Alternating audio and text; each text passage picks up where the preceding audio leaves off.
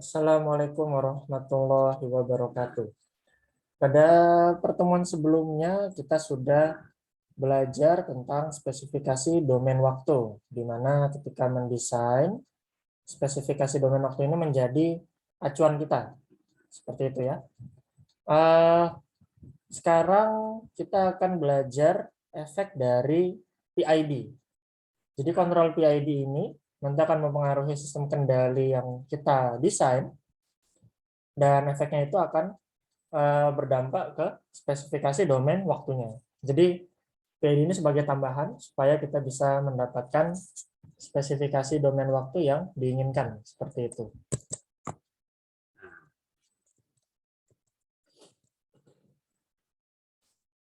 PID control bisa ditulis seperti ini gitu ya.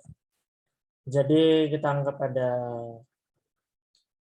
reference, lalu ada output menjadi error gitu kan, menjadi error, lalu kita errornya itu diolah oleh sebuah blok diagram. Nah, ini blok diagramnya PID. Ada KP, ada KI, dan ada KD. Lalu outputnya adalah U. Dimana dari U ini dia akan pergi ke plan-nya sistem, lalu keluar menjadi output. Baru output ini kembali ke sini, menjadi feedback kembali. Untuk PID-nya sendiri, jadi kalau proporsional itu tidak ada apa-apa ya, hanya sebuah angka yang mengamplifikasi errornya. Lalu integral ini menjumlahkan error, dan pada domain frekuensi kita menulisnya 1/S, jadi KI per S. Lalu perubahan errornya pun juga ditangkap oleh derivatif ya, sehingga di sini ada konstanta derivatif dikalikan dengan S. Ini bentuknya di domain frekuensi.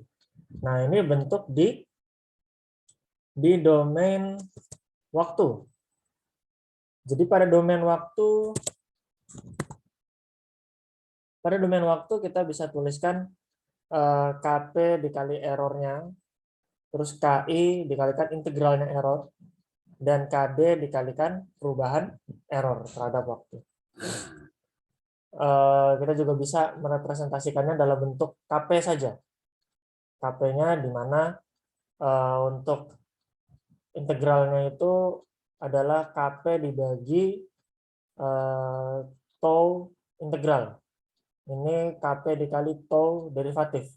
Di mana tau-nya itu adalah faktor waktu gitu ya. Jadi bisa ditulis seperti ini.